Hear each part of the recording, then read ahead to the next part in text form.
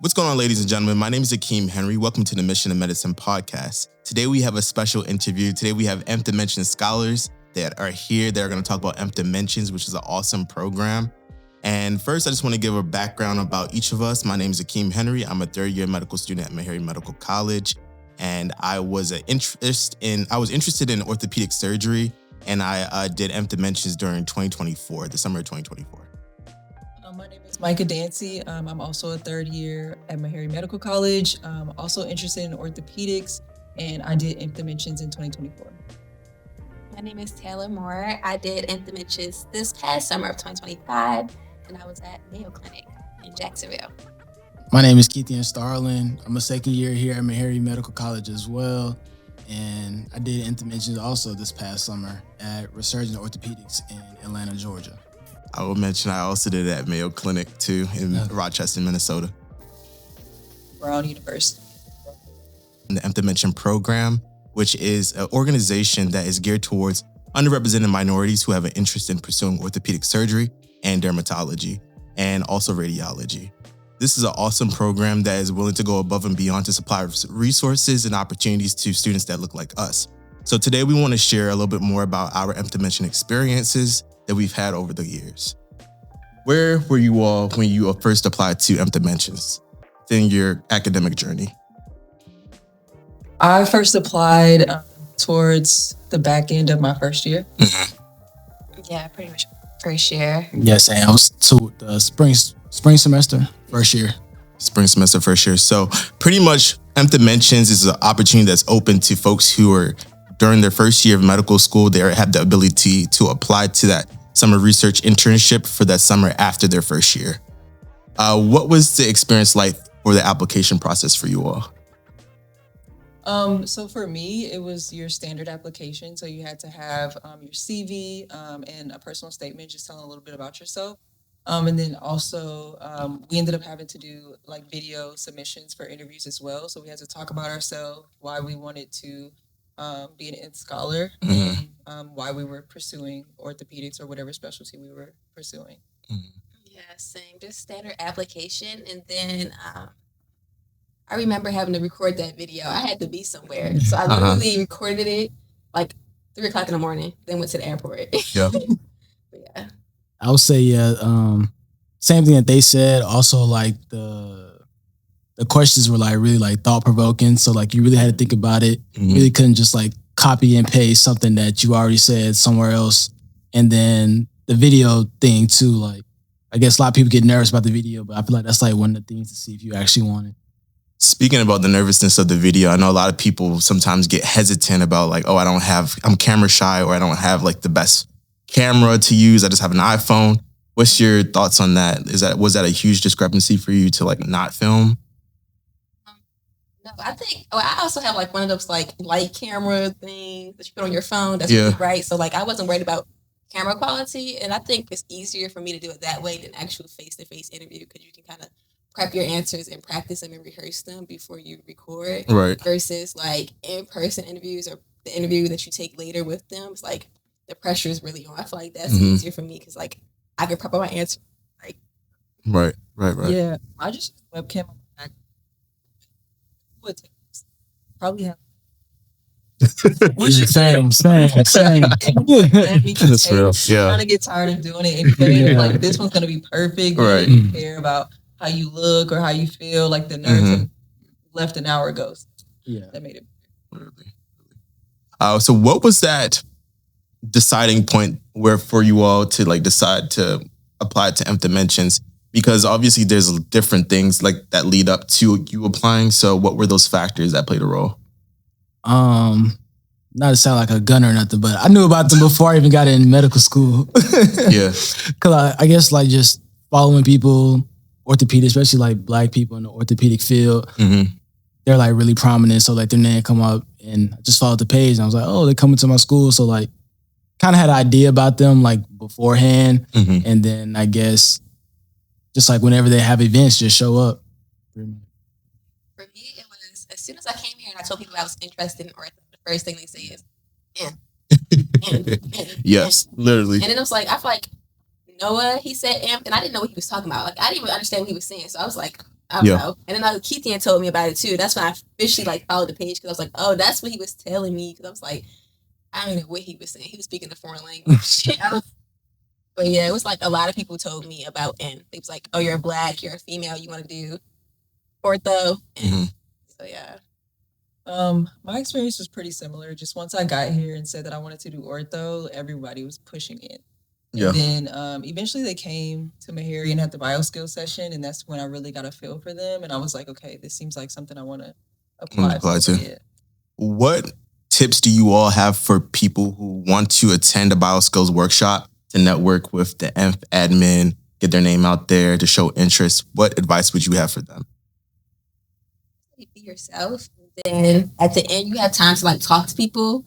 Use that time and really talk to everybody. Not just like the Nth people specifically, but also the physicians that are there and the residents that are there. So like I feel like that's the best time to like show face and then go to stuff outside of just like the bio skills that they come to around to your area. Mm-hmm.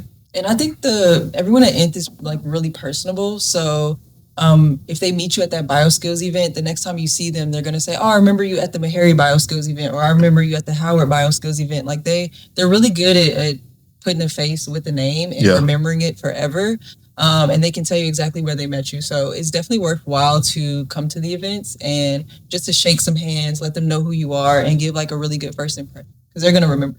That's true. I've literally seen people drive a couple of miles, like state lines, to get to an Nth bioskills workshop. So a lot of people are willing to go that extra mile just to show up.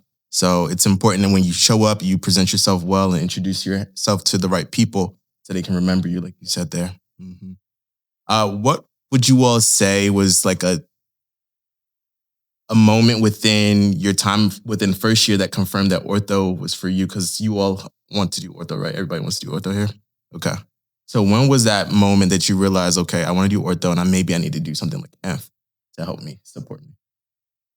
I would say, I guess, like during my gap years, I guess orthopedics and like surgeries kind of like would draw me to want to apply to medical school.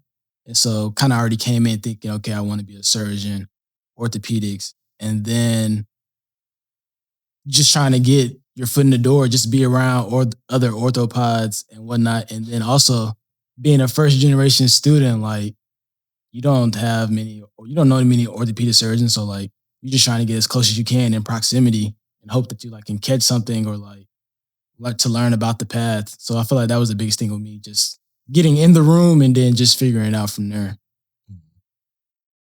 I would say like something similar.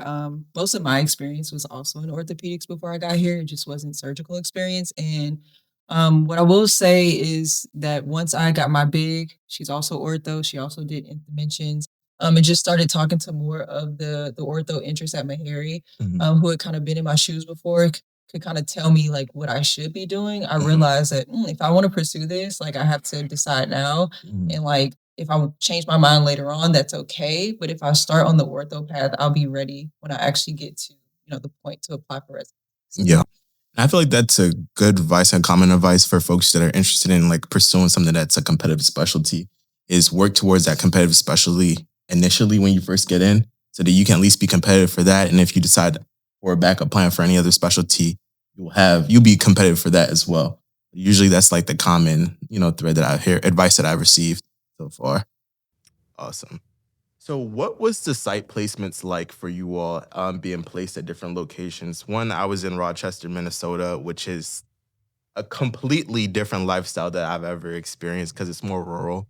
I'm from Baltimore, Maryland, on the East Coast city. She's from Baltimore. And then also living in Nashville, going to school here. Nashville is a very up-and-coming city, so it's a lot to do as well. But out in Rochester, it was a little bit slower paced and just like everyone was focused around Mayo. Like everything was built around the city as far as healthcare. And I mean, it's a robust system. Like they are very advanced. Obviously, it's like one of the number one hospitals in the country. So there's a lot of resources there. So it was a different experience as far as just like the resources and the opportunities that were available. And so sometimes it felt a little bit overwhelming because it's like, all right, where do I fit in? How do I, make my impact here while being here for the summer? But I'm going to have you guys just dive a little bit more into your site locations and how that was for you. Well, So my site was with private practice, Resurgent Orthopedics down in like the Metro Atlanta area. My preceptor was Dr. Gary Stewart. Shout out Dr. Stewart. That's my guy. But yeah, I got paired up because y'all were at academic places, it seems like. So I got paired up with private practice, with a private practice orthopedic surgeon. Basically just following him around, shadowing him, being in clinic. Didn't really get to scrub in to cases, but that really didn't matter. Like everything else, all the little tidbits about like orthopedics and whatnot, that was very helpful. And then I guess like they say they do like a robust like way of like matching you with your preceptor, and I will commend Nth on that because like my guy, my preceptor, he played college football at Cornell, like the black guy as well. So like it was real cool. He was able to relate, real personable, and the city I was in, I was kind of used to Atlanta because I have a lot of family there, but it still was like it was like in the suburbs and a little bit of mix of like rural and city at the same time. So it was definitely good site placement. For me, I was at Mayo Clinic in Jacksonville. It's also very slow paced, so like I'm used to city life as well, and it was a little bit different. I did go to Miami and Orlando a couple times to try to to get my like break from academics. But it was really nice being at the Mayo Clinic. Like you said, they have a lot of things at both locations. They have more at his location. But mine was really nice, and I was with Dr. Aziz and Dr. Sherman. But also at my location, because it is a world-renowned academic center, I got to see a lot of different specialties within ortho, except for peds and spine, because spine there is done by the neurosurgeons. But it was really cool. Got to learn a lot. Got to see a lot. I got to scrub in, but I'm not allowed to like touch patients on my own because I haven't taken step there. That's their policy unless you go to their school. But I did get to do a lot. I still got to do other things and participate in other ways. And I was at Brown University in Providence, Rhode Island. And I think for me, it was definitely a culture shock because I'm from the South. I'm from Nashville, and going so far up north to such a small city, it was definitely different. Everyone looked a little bit different than me. But I had a really good experience out there. I got to be really hands-on and scrub into a lot of cases. And I was also, it was a new site for Nth, so I was the first one from Nth to go there. So it was kind of a learning curve for myself and for Brown. Just how to have an Nth Scholar there. But even despite that, everything pretty much flowed like very seamlessly. And I got to see a lot of specialties. Every surgeon that I worked with, they were all very welcoming and very helpful, and they were willing to teach, which was nice and kind of different than when you expect when you go to an Ivy. You think that Ivies are going to be uptight and very strict and very hardcore, and you have to know everything. You have to be on top of everything. Yeah. But I think they were just very accepting and very, very warm and inviting, and just knowing that I'm a student. I only finished my first year, and just being willing to teach me as much as they could. So I felt like that was like a common thread with my location as well. Just the people there being willing to teach you and not being, condescending or, mean or anything like that. They were just really open to teaching you because they understand that you just finished first year of med school. Like, you don't know what you're doing, right? So they're definitely warm and receptive out there in Mayo Clinic. What was a typical day like for you all? So typical day, I think Monday, Tuesdays, and Thursdays. Monday, Tuesdays, and Thursdays, clinic days. Clinic starts at 8:00. Obviously, try to get there way earlier, and then just see patients. And I guess he kind of threw me to the wolves. Like I hit the ground running. Like I walked in with them on like 2 or 3. Then after that, he was like, "Go get a history on this patient. Go see what's going on with this." So I think that was real helpful. Kind of just trial by fire got you. Trial by fire and just allowing me to learn on my own and then offering critique there. And then Wednesdays and Fridays were surgery days. Surgery started at 7:30. Obviously, try to get there by like 7 with the residents and whatnot. And even though I didn't scrub in, I try to like be helpful with like helping move the patients back then, getting gloves for people, helping people gown. Yeah. Yeah, for me, because I was always with different physicians, my day looked differently all the time. But on average, like if it was a clinic day for me, most likely had to be there by 8. If it was surgery days, most likely had to be there by 6. Some of the physicians, they're gunners. They're like, literally, it was like one day, surgery started at 7 a.m.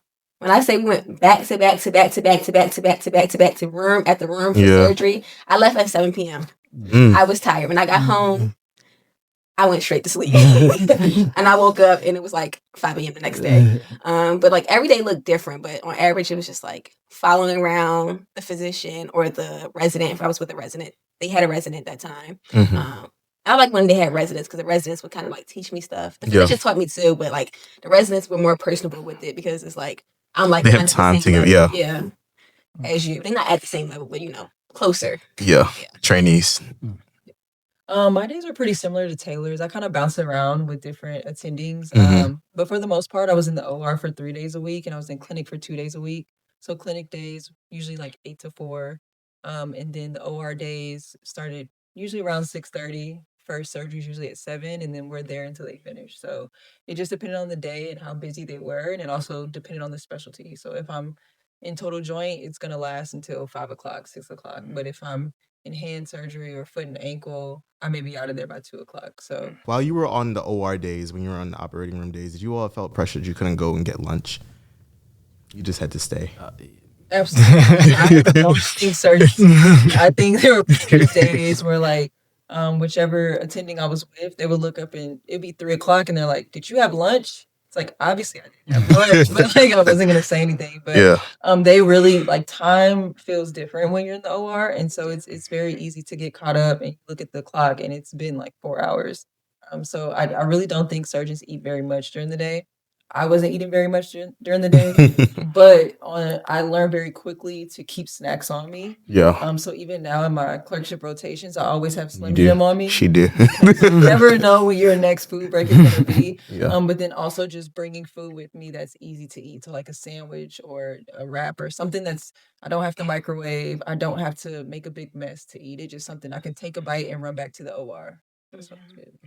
For me, at first, it was like, I never felt like I felt pressure that I couldn't eat. It was just more so at first I didn't have access to anything. I had to wait. It's like it took like a couple weeks before I got my actual badge. So it's like if I want to go eat, I have to go when somebody else is going, and I don't want to ask somebody to take me to the cafeteria. I see. So it was more so that than anything. But once I got access, unless it was like one of them physicians where they went back to back to back on surgeries, because most time we had 30-minute breaks in between each surgery. I'm gone. Bye. I'll be back. But I also started doing that, bringing my own snacks before I got the badge access, because I used to be starving. So the physicians, they on the lounge. They do. They do. I'm only starving. That's true. It's like when they disappear, they did. And they free food. And they don't tell you either. They're like, where they at? They're eating. I think for me, I would say that the first day, Def was in there starving. I didn't know what was going on. I might have brought my lunch that it wasn't getting ate. And then like the next couple times, well after that, I learned to just bring a little snack. Don't bring a full meal. Just bring a little banana, some crackers or something. Yeah. I was tearing up the graham crackers in PACU. That's funny. So and then I would eat like a little bit, but like it's kind of tricky. You kind of gotta like go do it when the patient definitely isn't in the room. But you kind of gotta like do it before like you have to do your responsibilities. Cause I remember one time, it was me, my preceptor, the attending, and a resident, and then we did a case, and then they just went. The next room's already ready, so they went to the next room over, and then we all went, and then the attending looked at me and was like, "Did you eat?" And I was like, "No." He was like, "Good," because the resident didn't eat either. He was like, "You don't eat. If the resident don't eat, you don't eat." And I was like, "All right." So I passed the test, I guess. Yeah. There's definitely a hierarchy in surgery and in ortho as well that follows. But during my rotation, I usually just took the cue from the resident. If the resident told me to go and get something to eat, or they were going to get something to eat, then I would go with them to the cafeteria. So that was kind of like my cue that I paid attention to. During your first time scrubbing into the OR for Nth, how was that experience for you? Did y'all get the hang of it? Were you nervous? I was very nervous. I couldn't get the gloves on right for like the first week and all, and I know like the scrub nurse was pissed at me because I would always like miss or like it would rip or something. But it was really just nerves. But once I got the hang of it, it was a lot better. Mm-hmm. Yeah, I never got the hang of it. I always had to fix my fingers. It never worked. But but it was cool. Like, I feel like the first person who trained me on how to like scrub and do all that, he was really kind about it. Some people are not as nice about it, but I have to keep reminding them, this is my first time. Well, this is like my first time ever experiencing this. So yeah, be gentle. Right. I didn't scrub in, but like there was also a PA there, so like I was just like watching everybody else scrub in. And then one day they were just like one of the scrub techs was like, "Hey, put on some gloves and help me lift this leg up." And I was like, but because I've been watching everybody else, I was able to do it. I was able to finesse it, and get the gloves on and help out. I feel like going into the OR for the first time, it's definitely a very nerve-wracking experience because everybody's so tense. Like, everyone's tense with the scrub nurses, the circulating nurse. Like, so you have to go in there and be really nice and try to like be chipper and introduce yourself quick early before the surgery gets started, because what nobody will tell you is that these people need your glove size and your gown size. So if you don't go in there beforehand and introduce yourself, they don't have anything ready for you. So you go in there scrubbed up and ready, they're gonna be looking at you like, where are you going? So like you have to definitely just go in there, introduce yourself, and let them know like, hey, this is my first time. And then, you know, hopefully they're nice enough to just show you the steps and everything. They also, speaking of tense, if you are freshly learning how to scrub in, everybody, what are you doing? Are you Yeah. I'm not going to touch nothing. Sterile. This is sterile. Like that. They super tense, especially when they know you're new. Towards the end, they let up. They loosen up. Like, Yeah. Everything I did, they was like, "You too close." Yeah. Definitely be prepared for that. So during your site experience, were there any specific mentors or residents who stuck out in your mind that made a lasting impact? Definitely. So I, one of the attendings that I work with, I actually worked with him a lot more. His name is Dr. Thomas Barrett, total joint surgeon, and I spent a lot of time in the OR with him, and he was just very like encouraging. And any like the smallest thing that I would do, he would compliment. Like he would say, "You see how steady like you're holding this retractor? Like that's what we're looking for out of a med student. Like this is." Something that we say, she has the skills to be a surgeon, no matter like how small or how big. And he like always encouraged me to just find my own voice. So when I was scrubbing in for surgeries and I knew the surgery because it's something we had done the entire summer, he's like, if I tell you before the surgery, hey, I'm going to let you, do the hammer. I'm going to let you, drill or something like, and that step is coming up, like go ahead and ask for whatever the tool is or whatever the instrument is. Yes, yeah. Anticipate, be vocal, be assertive, like don't come off shy, because they really can't hear you, especially when we all have our hoods on and the fans are blowing. No one can hear you, but just making sure you find your voice early, and you have to like demand your respect as a student, which eventually when you get to away rotations, you also have to demand that respect and show that you can do the job and you can command an OR. And him really just like speaking life into me every time we stepped in the OR really like made a huge difference for me. Oh, wow. Yeah, for me, I was always with different people, but like this is kind of a little cliche, but I really enjoyed every physician and every resident that I interact with. Everybody was super nice to me. Everybody was trying to teach me and very accepting and warm. Let me know it's like, okay, you're fresh, you're new, you're going into your M2 year. It's just like, I'll help you out kind of thing. So like every physician and resident that I interacted with, that's like an impression. That's good.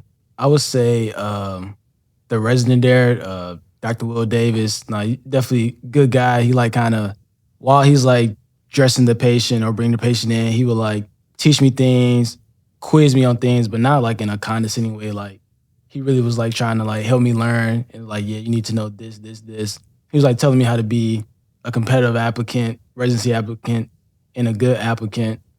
And then also like whenever my preceptor was out of town, I would go to, because it's a large practice, so I would go to like his other colleagues, like their offices. One of them was actually a Nth Dimensions Scholar before. He's an attending now. Dr. Wendell Cole, he has a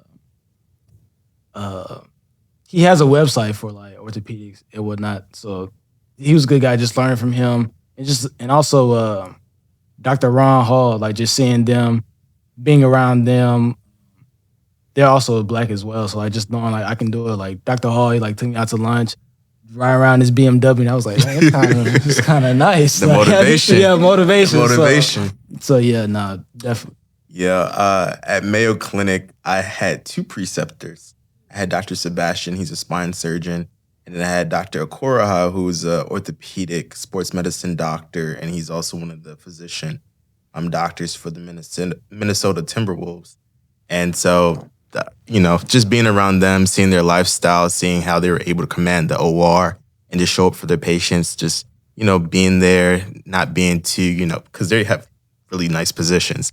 And they didn't let that get to their head. They were very, humble, very, show compassion towards their patients. And overall, like, treating me as a medical student, as a member of the team, which I really enjoyed. Like, they were asking for my input, making sure that I was coming with them when they went to go and visit patients. They didn't forget about us in the room. They made sure that we were involved. And like you said, Dr. Okoroha took us out to lunch one day, and he took us out in his G-Wagon and, made sure that we had that experience and just showed us what the life is at the end of the tunnel. He was just like, keep going, to stay focused, because you can get here. If I could do it, you could do it too. And he also was an Nth Dimensions Scholar too. Oh, wow. So definitely it can be a full circle moment. And people in Nth, they stay trying to give back. So what were some of the most valuable skills that you all learned during your Nth Dimension experience? I would say just like how to really be like a true professional. Like I feel like my preceptor, he like was able to balance, like he'll like tell me the real on the side, but he'll also like show up for his patients and like be a good physician, and like also like the empathy piece, like because especially in orthopedics, people are coming in probably the worst pain in their life, like they're hurting, like they honestly want you to fix whatever is going on with them right then and there. Just showing just like how to be a good doctor, like all the things that you don't learn for the boards in medical school, just like the interpersonal skills, I feel like had the biggest impact on me. That's real. For me, I learned like you get out as much as you put in. Because me, I'm like a little bit nervous. Like people don't think so. Right. I'm like, what? Nervous where, Taylor? Pretty cat. Like I will stand in the corner and melt away. If I don't know anybody, I will melt away. But luckily, I had like physicians that kept like including me. Like, no, Taylor, go scrub in. No, Taylor, come over here. No, Taylor, do this. Yeah. Which kind of helped me because like I'm like I don't want to be in the way. I don't want to do nothing wrong. I don't want nobody yelling at me, especially because I feel like the people who are more worried about you in the OR messing up are the scrub techs and the circulating nurses more than anything. So they be the ones telling you move away. With a physician like, but when the physician say come on, then it's like okay, sorry. You know what I mean? So that's my advice. Like advocating for myself, pushing for more. Yeah. The more initiative you show, the more that the physicians want to give back to you and notice you and things like that. I think mine is kind of a mix of both of what they've said. So professionalism was really big, and just knowing that your bread and butter is when you interact with patients, because you want your patients to come back to you if they have any other issues, and you want your patients to refer you, you want your patients to like you, and all of that. So staying professional is a really big deal. Even when you're in the OR, even if you think the patient is asleep, minding what you say, and just making sure you're always respectful, being respectful to everybody in the room, from the circulator nurse to the scrub tech to whoever is there, a sales rep, anyone, being respectful, and that can go a very long way, and people are more willing to help you out. But then also just kind of what Taylor was saying, like being more assertive and putting yourself out there. And I think like going into orthopedics already is heavily male dominated, and you already have lesser of a voice as a woman in general because you're outnumbered. And so walking in the room and being able to kind of stand toe-to-toe with all of the guys who are also there is a big deal. And it's something that they take note of when you do go on your away rotations, when you're applying for residency. You can't be scared. You can't be intimidated because the room is full of men and you're the only woman there. So definitely like finding your voice, being confident with it, being assertive with it, and just knowing that like you have a place. And if you don't use your voice, then you'll never get anywhere. Yeah, for me, I feel like during my experience, I feel like what resonated with me was just being confident and showing up as your authentic self. I feel like if you're able to do that, you'll be able to connect with the team a little bit better. they're really just trying to get to know you. They will ask you a lot of questions to see if you were one of them. They want to see if they be asking these questions. Like, it's like, they want to know where you're from, know where your family, what your parents do, stuff like that. And you just got to be yourself. Like, some people I know make up stuff to try to connect with the team, but that might bite you in the butt down the long run if you can't keep up that narrative. But I think just being yourself, showing up and being on time and being responsible, be somewhere where you're supposed to be. Like, if you know you're supposed to be somewhere, just be there and show and fill the room up. Like you said, Taylor, the person in the back of the room, tall, in the corner, you can't do that. Like, when you go on surgery rotations, they really want you to be in that room and be assertive and show what you know. Like, they're gonna ask you to see what you know, and then people are gonna be watching you too. Because, like, honestly, as an Nth Dimensions Scholar, one, the name carries weight, and two, like, people low-key thinks you're on a sub-I. Like, they think you're on a sub-I. I'm like, I have to remind them, like, look, I'm just a first year. I'm just a first year. Like, this is not a sub-I. Like, people were judging me hard. And I'm like, I'm not here for this. She's here for this. Like, don't judge me like that. So yeah, I heard some PAs like, oh, you want to do ortho? Like, you're not really asserting anything up in here. Like, I'm like, I'm not a sub-I. So he's like, oh, okay. So yeah, you just gotta be mindful that you're always being watched. So you want to, put your best foot forward, because you never know who can go back and say something. How did the Nth Dimension program shape your outlook on the specialty that you want to go into? Well, I will say it was a lot more work than I thought it would be. I don't think coming in as a medical student, I knew exactly what an orthopedic surgery did, how demanding the workload was, all of the types of cases that they saw.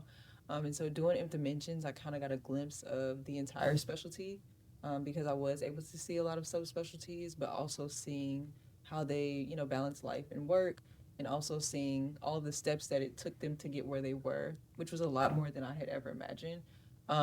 So it just kind of lit a fire under me. Like, if this is something I really want to do, I have to start now, and I have to, like, make sure I'm, like, continuously pushing the entire way. Yeah. Yeah, I agree. It allowed me to see how diverse the field is in itself, because my brain, most of my life with ortho, because I've been new for a while that I wanted to do ortho, with sports. And after going there, now I'm like, I can do everything. Like, I want to do all of them. Yeah. But so it definitely gave me that. But it also allowed me to see and get a real feel of, like, how busy it is. Because, like, we saw it more from a perspective of a resident, because, like, we're following physician, we're learning, we're somewhat getting to interact and do things with the patient, and just being there all day. I'm like, okay, now I know what type of time commitment I have. Now I know what I should be doing, what I shouldn't be doing, how much I should laugh at a joke, how much I shouldn't laugh, when it's time to actually go on a sub-I, and when it's actually holds stake. Well, it still holds stake, but you know what I'm saying, like, of me getting a job or not. Yeah. I feel like for me, afterwards, I was definitely like, I need to lock in, because, like, it's like so much, and so much goes into it, so much goes into matching into orthopedics. So you really gotta be, like, on your A game all the time. And then Dr. Bradford always says, like, there's no balance until you're an attending. And I feel like being there, I really saw that, like, it takes a lot of work, and you have to be willing to do a lot of work for it if you really want it. Yeah. I feel like Nth Dimensions definitely put it in perspective for any specialty that is competitive or considered super competitive, is where, like, you have to start from day one, whether it's the research, making the connections, keeping your grades up. I feel like they do a really good job with the workshops and some of the lectures that they have, kind of bringing people on who are later on down the line, but also giving us perspective on what we should do as current medical students. So it's good to get that insight and get that information early, advanced, like after your first year, to really start making strides into making yourself, a well-rounded applicant for, matching down the line. Were there any takeaways that you all had from those lectures that you had at the end of the day after, going to your site location? So for the listeners, Nth Dimensions, they have these lecture series that are hosted pretty much every day in the evening time after you go to your site during the day, and then you come home and you go on Zoom and you listen to these different talks. So learned that even when you're tired, you have to show up. That's real. That's what residency is. It's a lot of things you're not going to want to do. It's a lot of, because every Monday we had, like, I forgot what they called them, but lectures in like actual Mayo Clinic where the residents put on what do you call those things? Yeah, like ground rounds type thing every Monday. So it's just like sometimes you don't want to do it, but you have to do it. Yeah. I think for me, it was kind of to Taylor's point earlier on the diversity of the field kind of aspect. Because I went in thinking I was interested in like sports or something along those lines. And I left being more interested in peds and foot and ankle. And then so some of those lectures at night, seeing the different type of pediatric cases, you don't think of all like the congenital issues that kids have, how interesting those cases are. And it's just something I never thought about, and I probably would have never thought about if I wasn't introduced through some of those lectures. Yeah. And then even since then, I'm not really sure where else I would have seen those lectures from those people. That's real. Because I haven't sat in on any of those lectures since. So definitely like the exposure piece and like really narrowing down like what I could see myself actually doing. Yeah, I definitely those lectures showed the diversity of the field, and just once you imagine orthopedics and coming to gym, when I feel like the world is your oyster, like you can do a bunch of different things, and I liked how like the lectures really highlighted that. Because people's orthopedic, they think, oh, you either were like ex-athlete, just want to do sports, but it's so much more. Were there any aha moments throughout the Nth experience during that summer where you're like, damn, yeah, this is the specialty for me. This is the field that I really want to go into, or an eye opener, like, maybe I'm open to other specialties. Did I have any of those experiences or feelings? It's the fact that I showed up every day. That's how I know I really want to do it, and I was happy to show up. To get up at 6 a.m. Yeah. That's not my thing, but I did it because it's something I wanted to do. That's what showed me, like, okay, I'm really interested in this because I'm still showing up. I'm still trying. I'm still trying to learn. I'm still engaged. Yeah. And I think Taylor made a really good point. Like, nothing about Nth is easy. Yeah. And we probably make it look easy, but we're getting up, crack of dawn, and we're not going to bed. I wasn't going to bed till after midnight almost every night, and I'm back up at 4:30, 5:30 in the morning. So nothing about it is easy, and like just sticking it out, having that grit, like not making any excuses. I don't think I missed one single day the entire summer when I was there. No matter how I felt, like I was showing up, and that's just a true testament to like how bad do you want it. I had migraines. Like I had a few of them while I was there, and I showed up and I was in OR, and I got pipped one of them days, and I'm sitting here looking at her like, I can't give you an answer today. I was nauseated, limped over. I'm like, I'm here because I want to be here. I would use my migraine to get out of everything. And I don't even get them that much no more, but I would used to get out of everything. Yeah. I would say for me, like I got a chance to connect with like the local residency program there. And I just like going to their Friday afternoon conferences, being in cadaver lab with the residents. I was like, yeah, this is definitely what I want to do. Like I really couldn't see myself doing anything else, just the hands-on nature of it and being able to be in the OR was like really cool. I will say on the flip side, I had some aha moments that I realized I didn't want to do certain subspecialties, especially in sports. They use the scope a lot, and I am not a scope person. I prefer open surgeries a lot more, and so trying to navigate the scope, which thankfully they gave me the hands-on experience to operate the scope on a patient during surgery. And I was like, this is not for me. Like, I can't see myself looking at a screen, operating some mechanical arms and completing a surgery like that. I'd much rather, cut someone open, do the surgery, close them, and the tradition. What I find so unique about this opportunity is one, like, you're not just limited to ortho, right?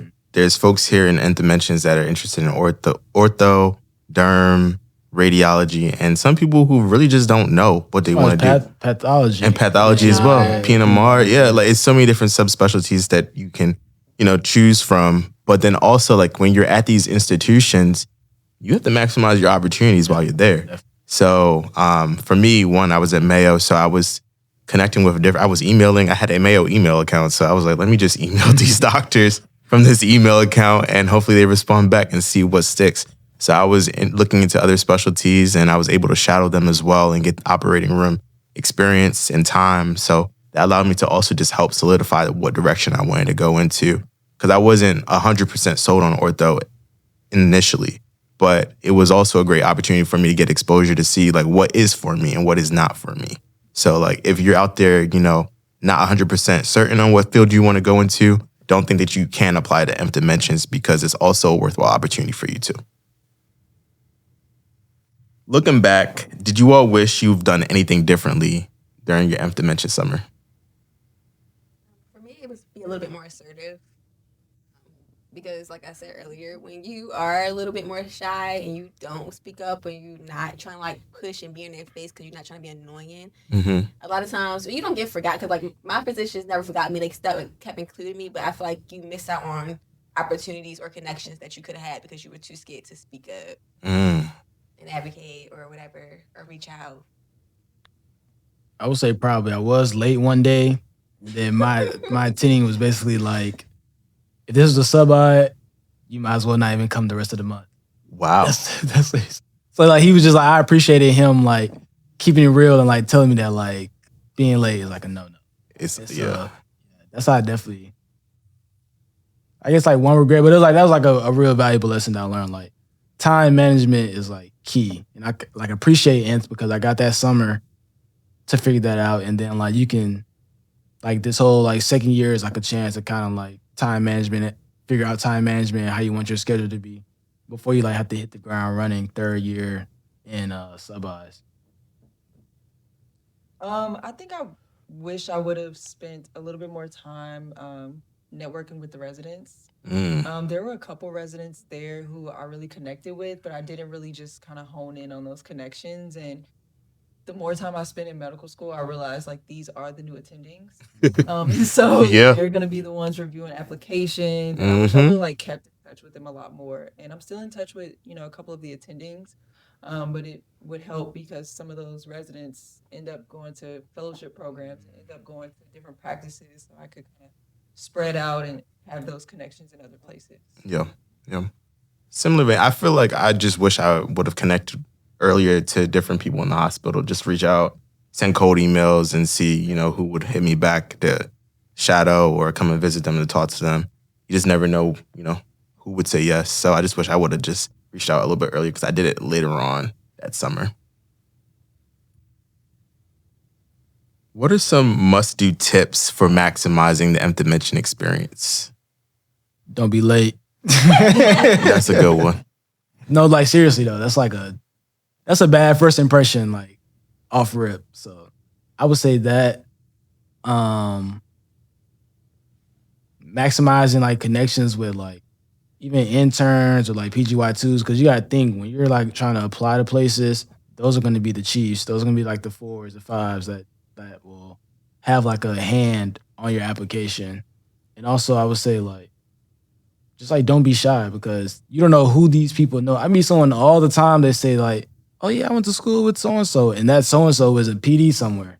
And they're just they're like, they'll be like in family medicine, but they know orthopedi or went to med school to orthopedi. So also that and and just make sure that like no one can say anything bad about you. Your name, that's all you got, and it carries weight, and whatever you do sticks with you. Yeah. I would say start practicing. You don't necessarily need to know everything, but start learning how you know how to learn ahead of time.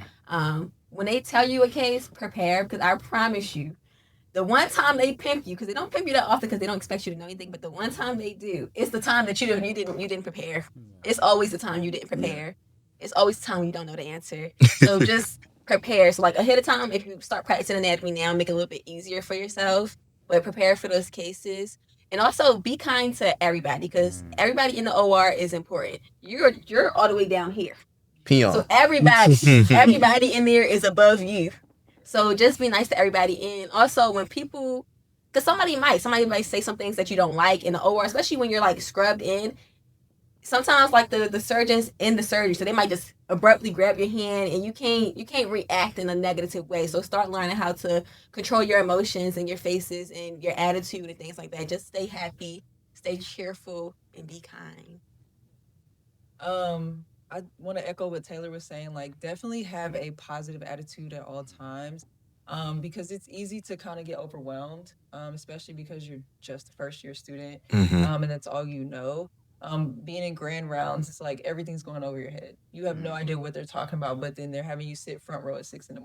Yeah. And you have to stay awake. You have to pay attention, and you have no idea. So definitely like keep a positive attitude. They may like yell at you. They may grab your hand. They may tell you that like, your answer is wrong in front of everyone. You may feel very defeated, but just understand like that's all a part of the learning process. And yeah, if you look at it in a negative way, like you're never gonna learn from it. But if you look at it as an opportunity to learn, then you'll be a lot better off. And then also just pay attention to everything, because you never know what your attendings or what your residents are expecting you to pick up. So sometimes it's as I showed you how to get to the OR. Why are you still you're not paying attention? And that's a slight sign to them too. People like you walked for half a mile to get there. Yeah. But they expected you to remember it that first time, so they don't have to come and find you again because that's taken away from their time. Just the simplest things. If you scrub one time, they expect you to know how to scrub every time. If you see one surgery and it's like, okay, as a student, this is what we want you to do, like make sure you remember that. Always like take notes. I always had a notepad on me ready to take notes. I would ask every attending before the surgery if I wasn't scrubbing in, is it okay if I take notes during this? And they always said yes. And just making sure I'm trying to pick up whatever I can. Even if I don't have the answer for one thing, I may have the answer for the next thing. Yeah.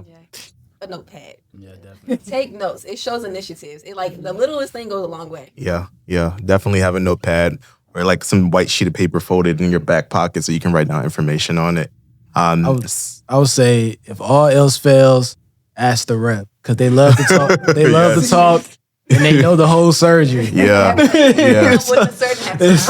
If you don't know what a rep is usually like a representative from a biomedical company that supplies different materials for the surgery, and usually they're in the operating room guiding the surgeon how to use the instrument, how to place it into the body.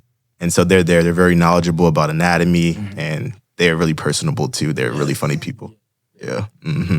But yeah, surgery is typically see one, do one, teach one. So you were kind of getting at that, Micah, just like when you watch it for the first time, they're expecting you to be able to do it the next time and then be able to teach somebody. So you want to keep that notepad on deck so you can go back to your notes to reference that. For me, a way to maximize this opportunity, I think they had touched on like basic site-specific things, but I think with the Nth Dimension admin and staff, they're very resourceful and knowledgeable, and they have tight networks as well.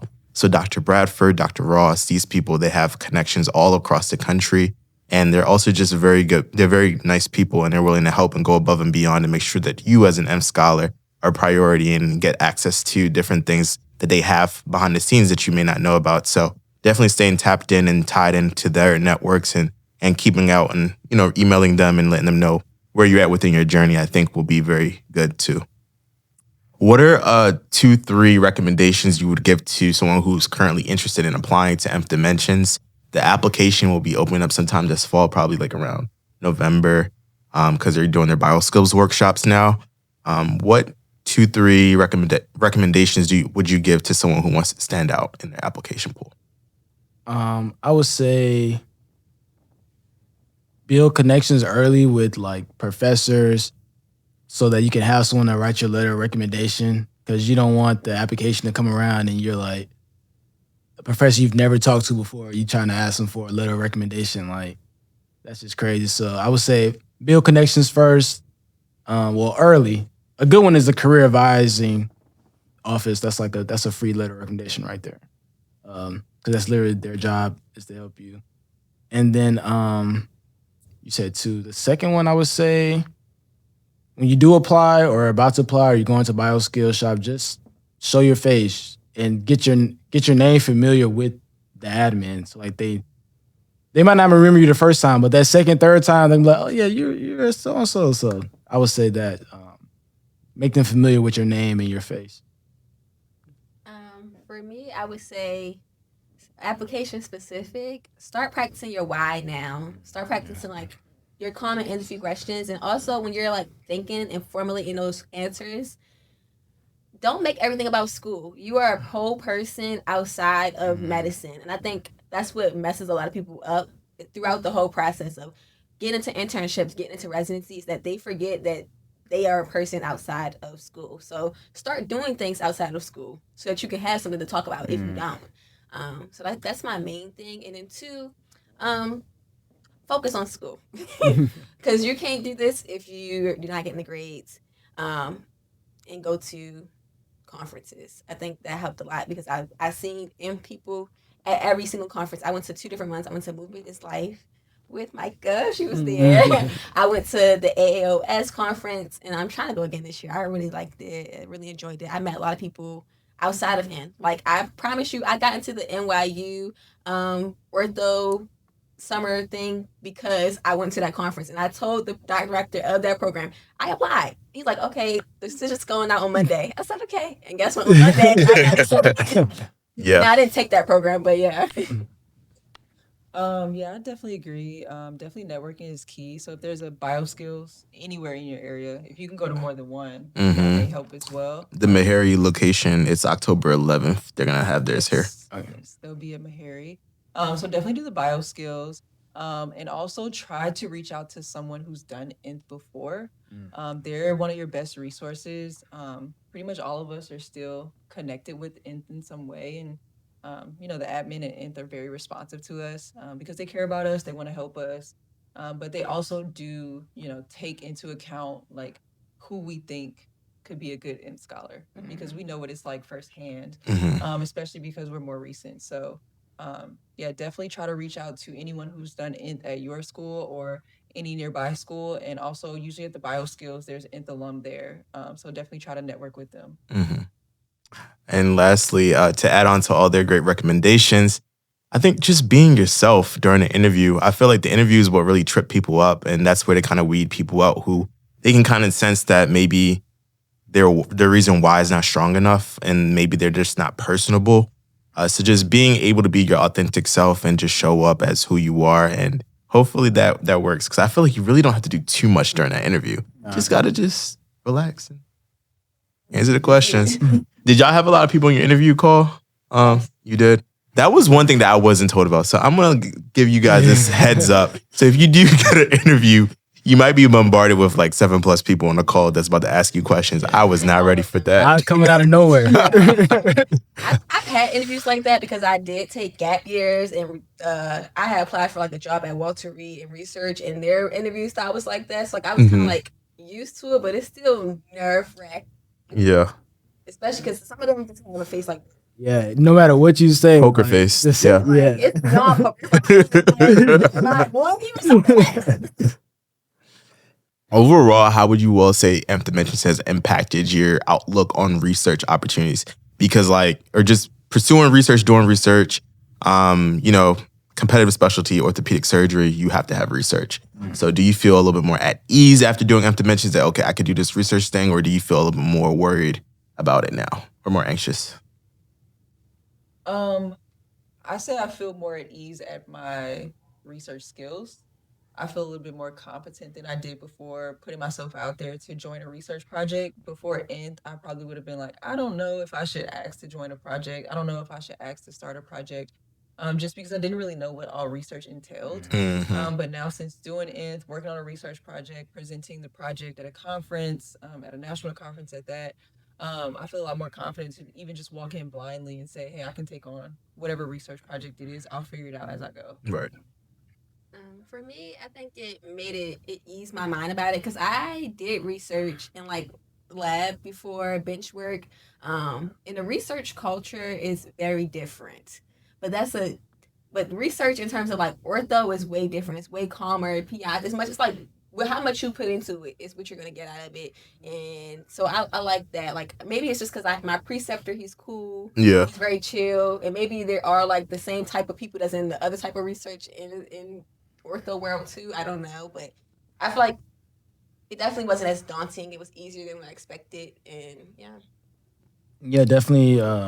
Like I never had any experience with research or whatnot. Maybe a little bit in undergrad, like a bio class or something, but it definitely showed that like, okay, like I can do this. Like Micah was saying, being comfortable, being able to hop on any project, and also like showed me that like quality matters like over quantity. Even like talking to like other residents that were there, and even like my attending, they just want to see that like something you stuck with, something that you cared about, or even like something that you started on your own. I feel like matters a lot more. So like, don't get worried about trying to pump out a whole bunch of things. Mm-hmm. I felt like after that summer, I got a lot more comfortable in just the aspect of just being a medical student researcher. First year, I was like, bro, I don't know how I'm going to do this research stuff. Like, we need 15 publications, we need this. But I feel like Nth Dimensions allowed me to realize, okay, look, it's 10 different ways to skin a cat. As far as just like, look, you don't need 10 separate publications, but if you do a conference here, you can take this abstract for this, you can do this paper for that. Like, it will all count towards that publication number or what counts as a research, activity. So it allowed me to see from that lens, okay, it's not that bad. Like, you just have to be proactive and just get to it. I feel like that was the foundation for me to learn about how to do research that summer, because the PIs were very helpful with like helping design a project. And then so at Mayo, they had like a research summer intern office. So people that were there during their research years, they were there as well. And they're entrenched into the research, they're working on all these different projects for all these different attendings. So just seeing their mind and how they were able to think through getting a project completed, getting a poster done, all of that set the foundation for me to now be like, okay, I'm comfortable at this. I can do this on my own when I come back to Meharry.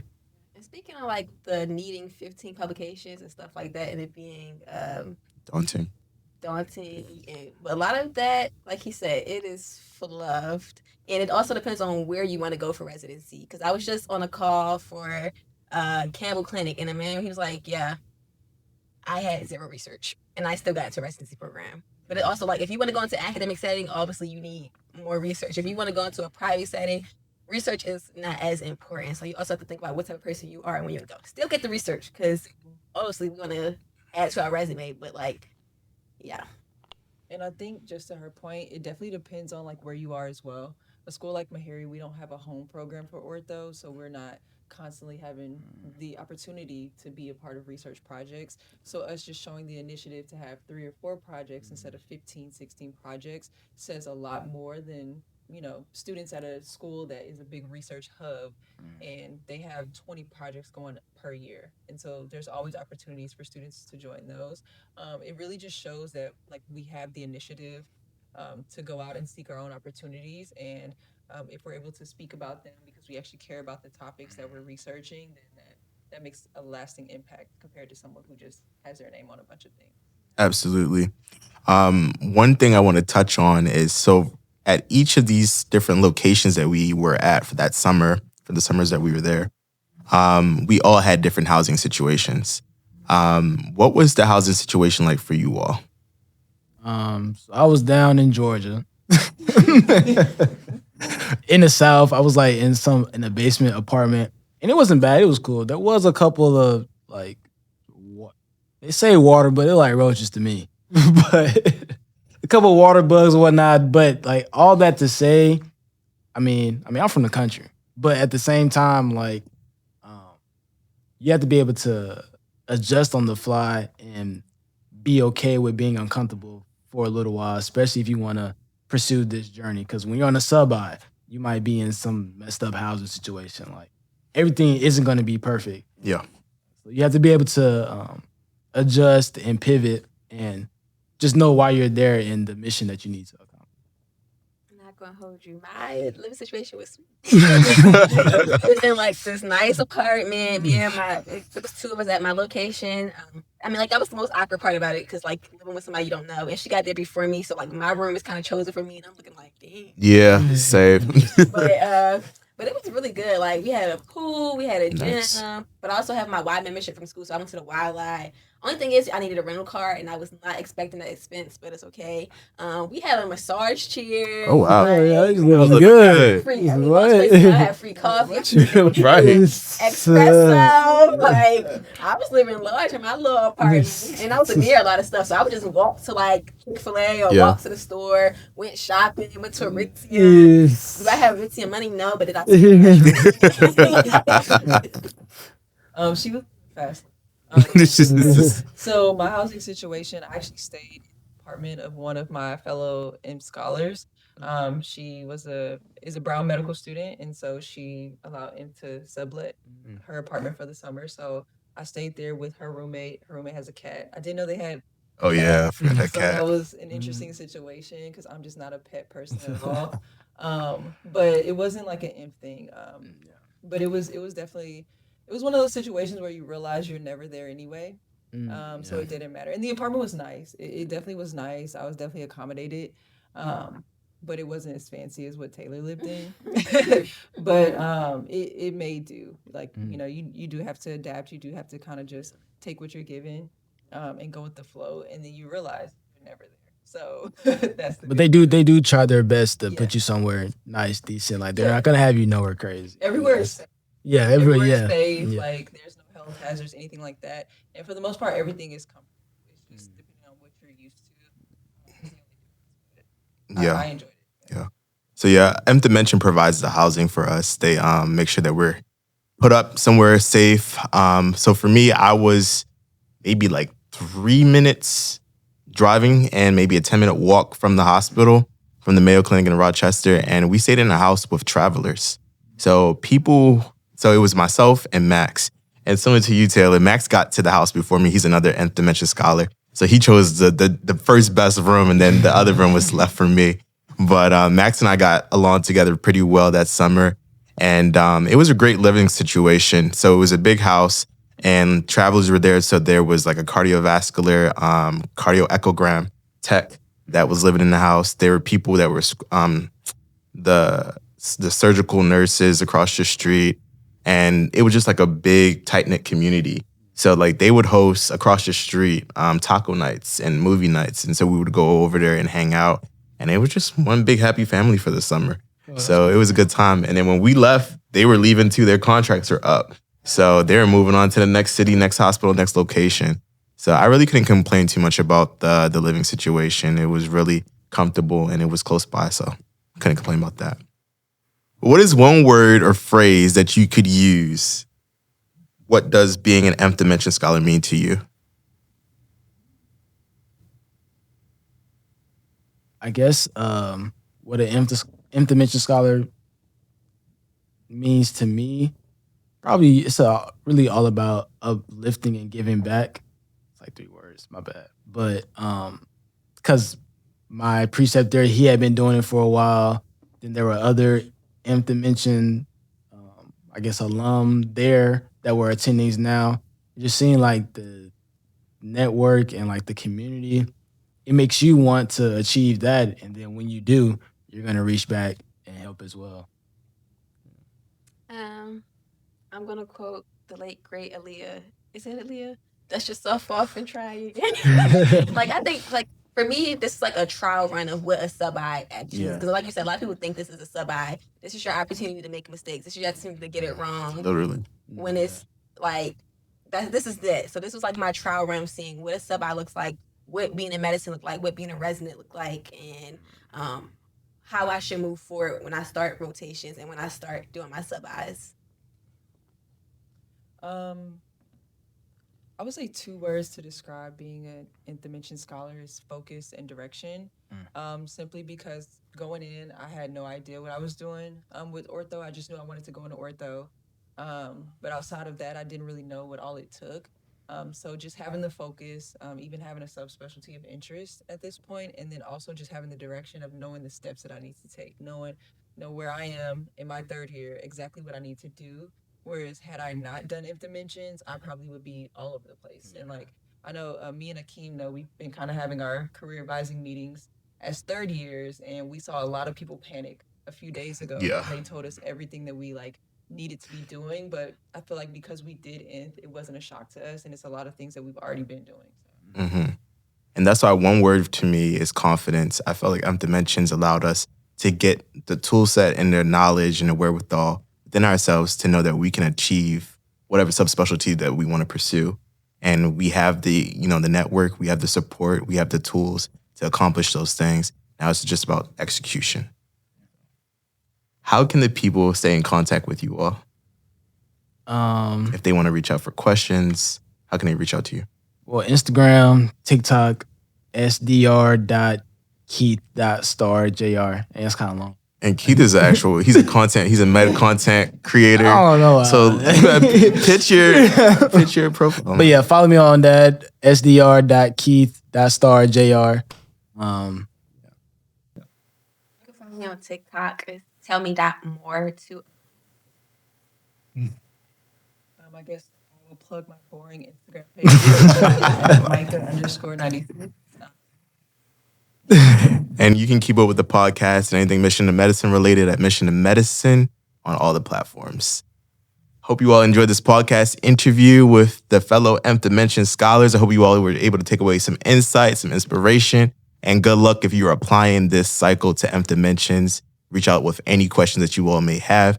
And remember, it's not a marathon nor a sprint. It's a mission to medicine. Peace out. All right. Thank you, guys. Hey. That was good. Appreciate you. How y'all feel? I'm good. That was cool.